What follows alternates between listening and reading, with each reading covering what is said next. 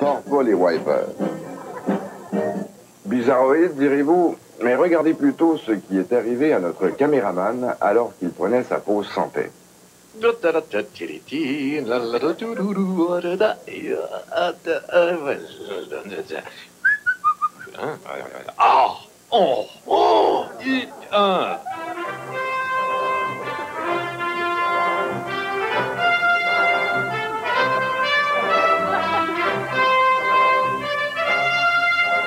Tout aussi fou que du vrai tata.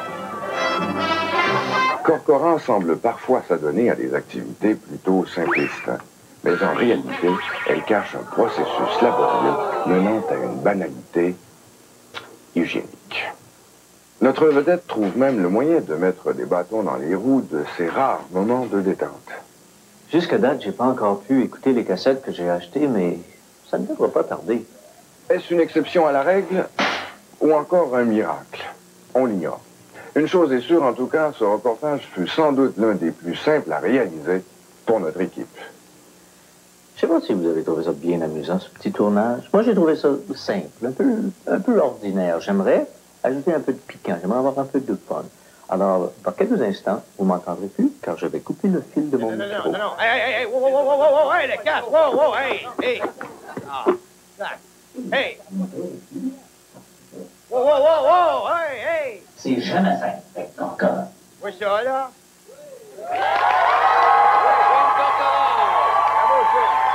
Merci beaucoup, Tim. Et à plus tard, NATM, Michel Richard.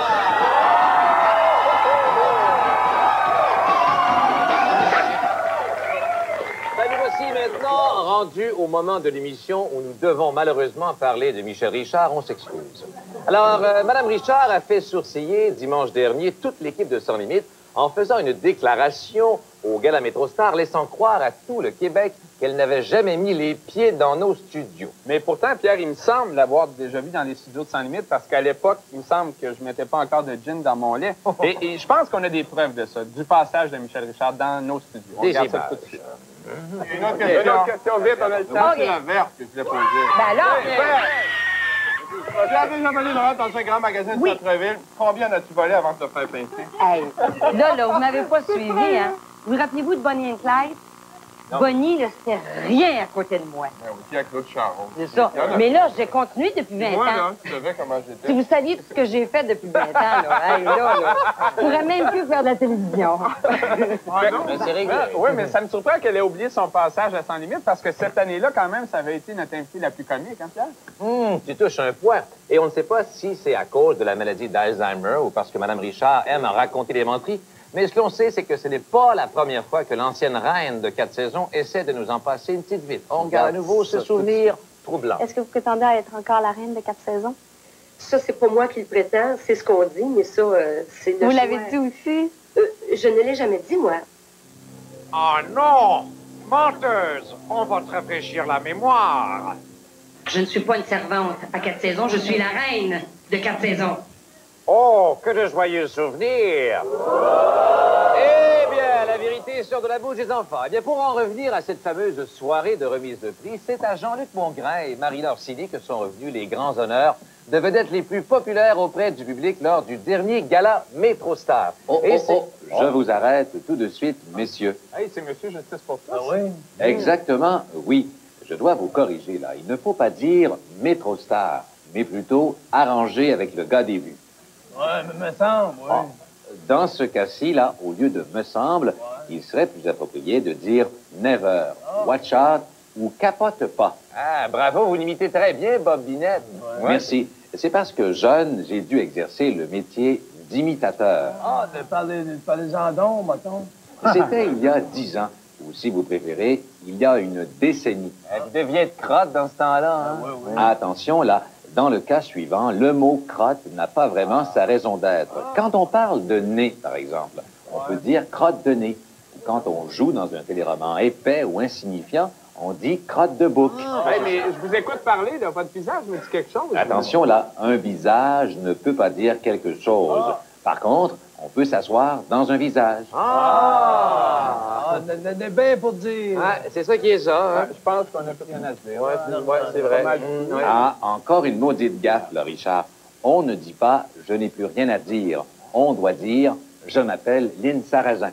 Bon, je dois partir. Je suis pressé. Ah, ne pas à go, mettons. Non. Come on, Bob. Si je suis pressé, je ne pars pas sur la go. Je dirais plutôt, je pars rien que sur une gosse. L'autre étant disponible pour massage à domicile. Ah, ben merci beaucoup. Tout ça LFIM, droit de réplique.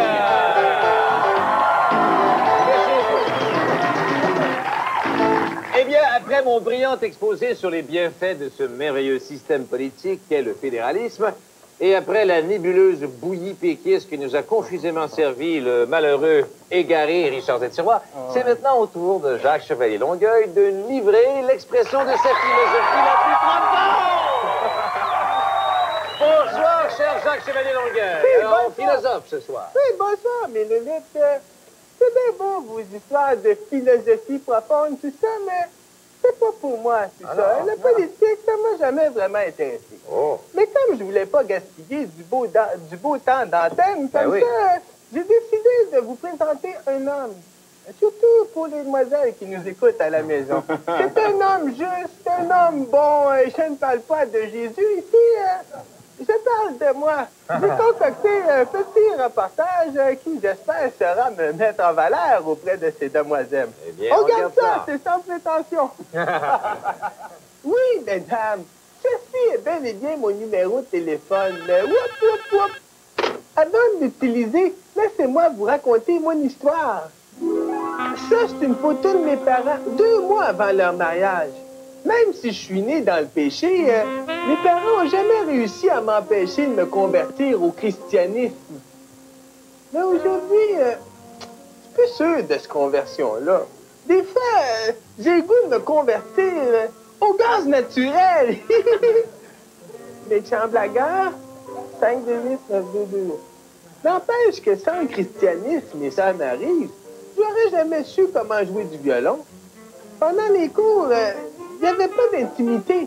Tout le monde jouait ensemble. Mais quand je me retrouvais tout seul, par exemple, j'en profitais pour jouer dans mon nez.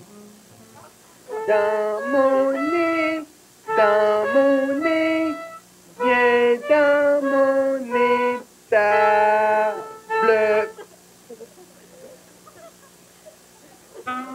Non, mais j'aimerais ça que les femmes se rendent compte que c'est un Christy de bon deal. Ou non, j'ai toujours été très propre de ma personne. C'est quoi d'autre? J'ai toujours pris un grand soin à m'alimenter comme du monde, avec des affaires correctes pour la santé. Testico, j'ai une autre grande affaire que les filles tripent sur moi. La sensiblerie.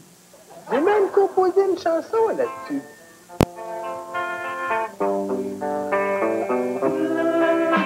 Ah tiens, c'est André qui chante. Je me demande qu'est-ce qu'il fait à cette heure. Faut dire que je suis très à l'aise sur une scène. On dirait même que c'est toujours à mon avantage. Même entre le beau de Rock et Belles Oreilles ou le laid de Rock et Belles Oreilles. Mais là où je performe le mieux, c'est derrière un comptoir de crème à glace. Assez payant, mais c'est frais. Ah, c'est pour ça que la fin de semaine, j'aime ça aller me reposer dans le sud.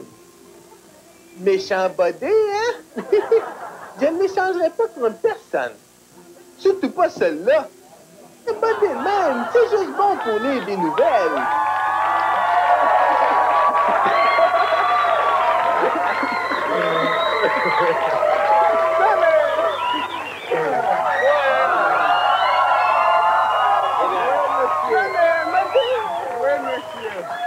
Comme on dit, là, arrête de niaiser, puis lire des nouvelles. T'apprendras à C'est tout mon espoir, restez avec nous après la pause. Michel Boudisson et Jacques Chevalier-Longueuil deviennent patineurs de fantaisie.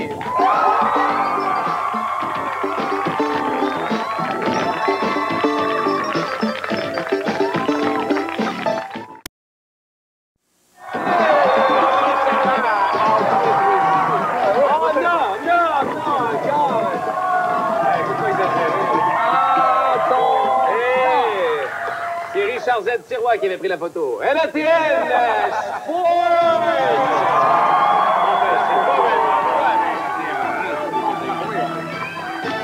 Les sports est parti vers là. Les sports avec Richard-Z Sirois. Richard, dis-nous, Richard, il y a ton ami Ben Johnson là, qui fait beaucoup parler de lui depuis son retour à la compétition. Et c'est tout récent, tout ça. Oui, j'ai préparé... Ça va bien, Pierre? Oui, très bien. Tu mal de tête? Non, mais c'est la photo, là. Montée Les d'hormones, souvenirs, là, à l'époque. Émouvant. C'était Oui, émouvant. j'ai préparé un reportage sur celui qu'on surnommait autrefois la gazelle boostée. Et je voudrais... C'est Charles Lamberlin qui devait faire le reportage, mais Charles travaillait sur Ryan avec son équipe de doubleurs. Reportage, mais tu sais, le doublage, ça parle en anglais, puis les lèvres, ça bouge en même temps en français. Et l'émission est enregistrée jeudi. Toute l'équipe... Non, c'est en direct. Toute l'équipe de Lamberlin est occupée, donc j'ai dû préparer un reportage sur Ben Johnson avec les moyens du bar. Il faut se débrouiller quand les bons doubleurs sont occupés. Et on va voir tout de suite ce que ça donne. On regarde ça. Parfait.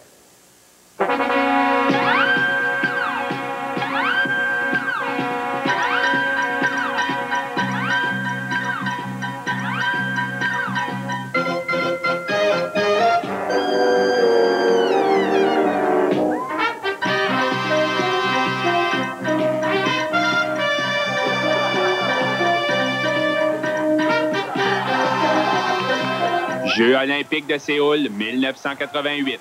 Ben Johnson est au sommet de sa popularité. Je me promène en char.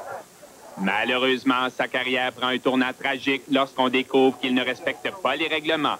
Bonjour, la police. Non, ne pisse pas d'un ballon, n'est pas propre. Le peuple canadien est humilié. On est humilié d'aplomb. C'est le début de l'enquête sur les stéroïdes. Ici, le procureur. Monsieur Johnson, c'est-tu votre pipi, ça? Ouais, me semble. Ouais, ne faut pas parler. Ah, est-ce qu'il articule mal, ce noiro? Hey, Monsieur Johnson, là, toujours le procureur qui parle. Qu'est-ce qui vous fait croire que c'est pas votre urine, ça? Ah, moi, on a arrêté de pisser, ne pisse plus, ne fini. Arrêtez ça. Oh, me semble, Monsieur Johnson. Pouvez-vous me dire, là, c'est qui, ça, Monsieur Stéphane? C'est lui qui vous bourrait de pilules, hein? Ah, donne, tu m'en as poigné culottes à terre. Monsieur Stéphane, ni mon homme averti, tu fermes ta gueule, fermez ma gueule, ta gueule.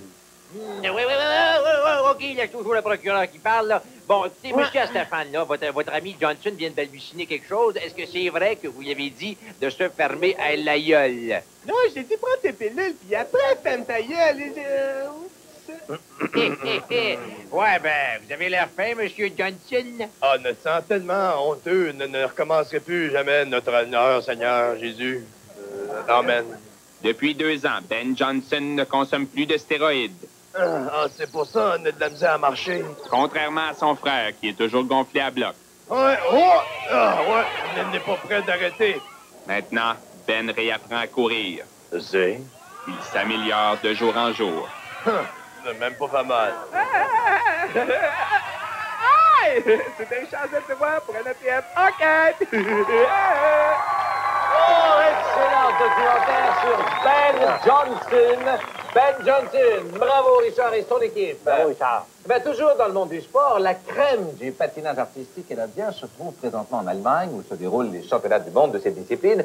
Mais avec nous, à défaut de crème, nous avons le petit lait du patin de Poizy. Et c'est nommé Michel Boudéchon, mesdames, messieurs. Bonsoir, Michel. Bonsoir. Salut, les gars. Hey, franchement, Pierre, le petit lait, t'aurais pu dire au moins 2 parce que c'est avec Jacques Chevalier-Longueuil que je devais aller à Munich pour représenter le Canada. Hein? Mais oui. comment ça se fait? T'es surpris? Étonné? Oui, mais comment ça se fait que vous n'êtes pas là à Munich? Ah, mais ça, c'est à cause de Longueuil. Parce que lui, là, il m'ostinait. Je conduisais, puis il voulait qu'on tourne à gauche à Fourche, à Mont-Laurier. Ah oui. Mais on a tourné à droite, fait qu'on s'est ramassé ici.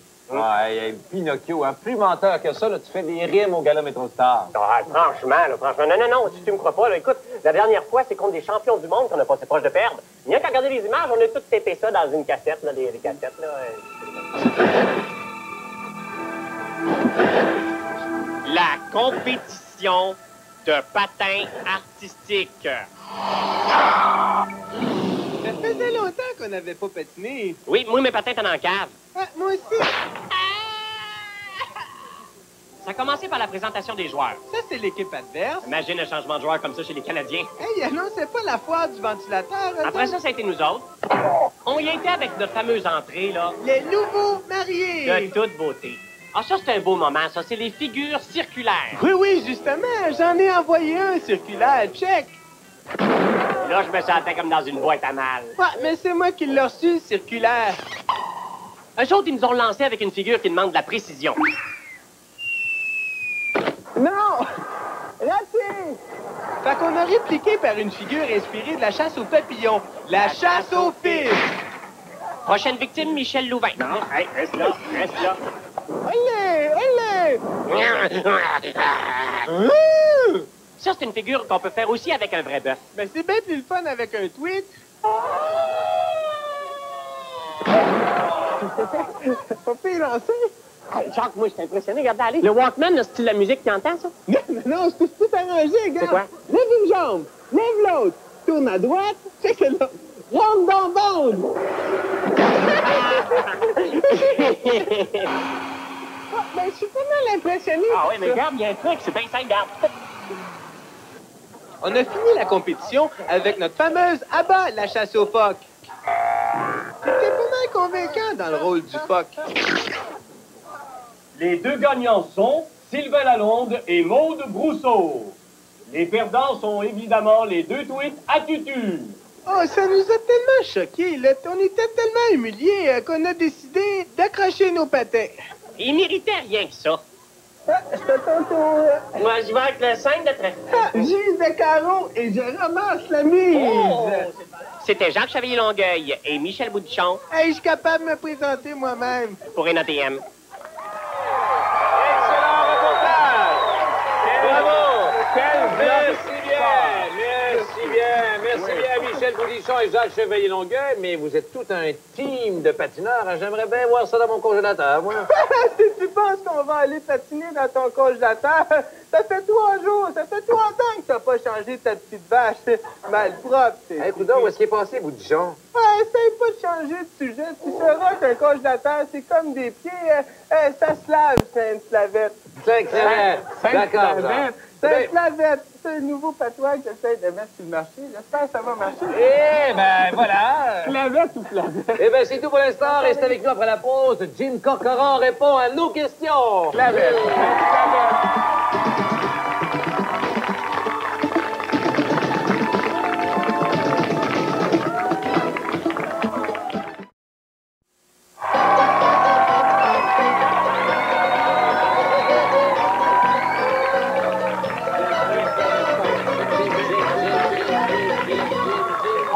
Et on est revenu avec Jim Corcoran. Oui. À la veille de tes spectacles au Spectrum, quelques petites questions pour mieux connaître Jim Corcoran. Comment? Oui, je vais commencer. Ça fait longtemps que tu fais de la musique, Jim. On t'associe souvent à l'ancien duo Jim et Bertrand, mais il y a peut-être bien des jeunes qui ne savent pas c'est qui, et c'était toi.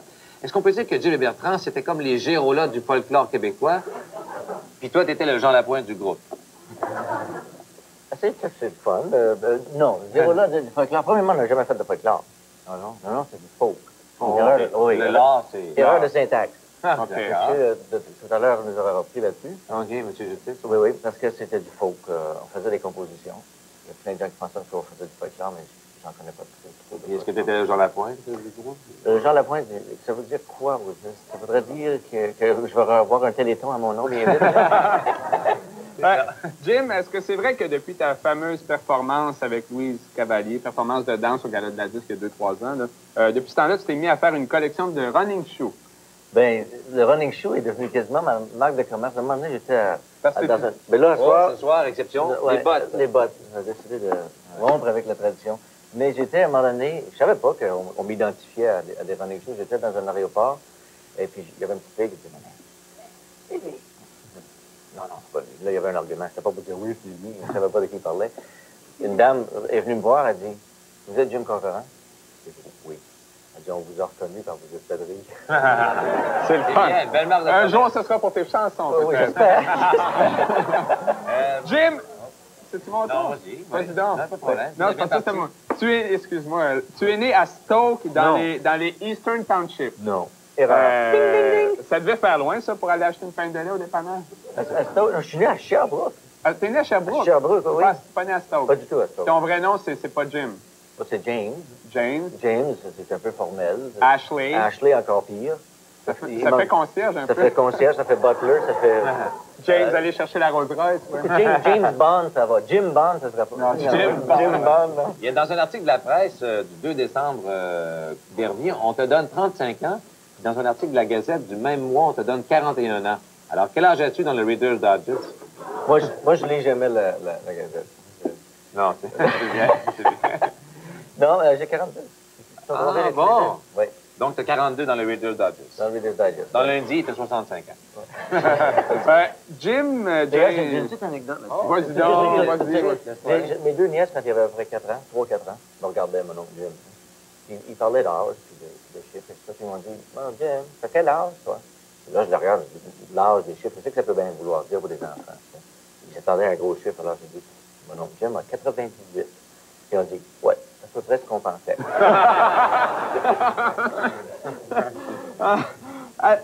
On va rester dans le même domaine. À l'âge de 13 ans, tu quittes ta famille pour aller dans un séminaire à Boston. Tu deviens par la suite moine à l'âge de 16 ans grâce à une permission du Vatican. Or, James Ashley, qui était le pape lors de ton entrée au séminaire en 1963? Une question quiz. Je pense que c'était Paul, le pape Paul. Paul numéro 6. C'est exactement ça, c'est la bonne réponse. Y a-t-il un prix pour ça?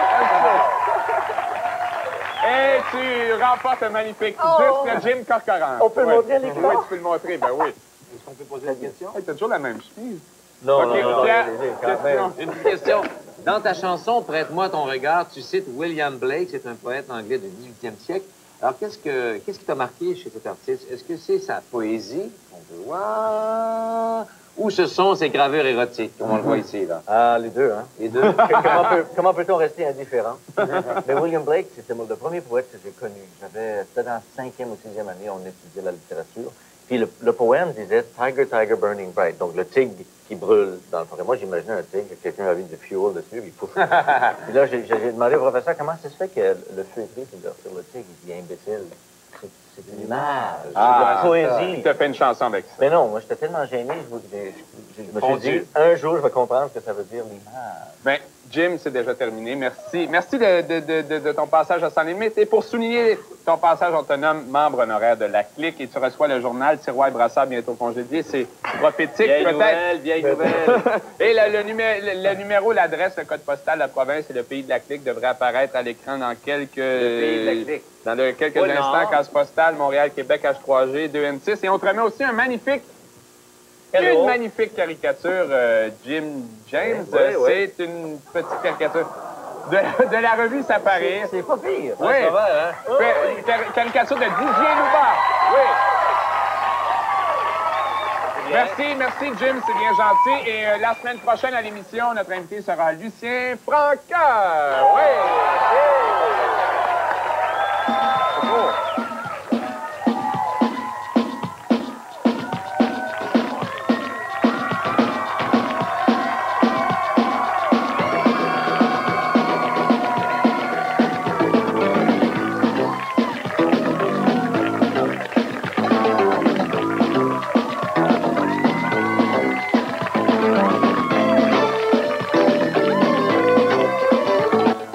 Dimanche, 20h, à Surprise, Marcel Béliveau vous invite à retrouver, pris au piège, le comédien Rémi Girard, André Payette, André Toto-Gingras et Michael Bossy, à Surprise, dimanche, 20h. Dans un moment, urgence.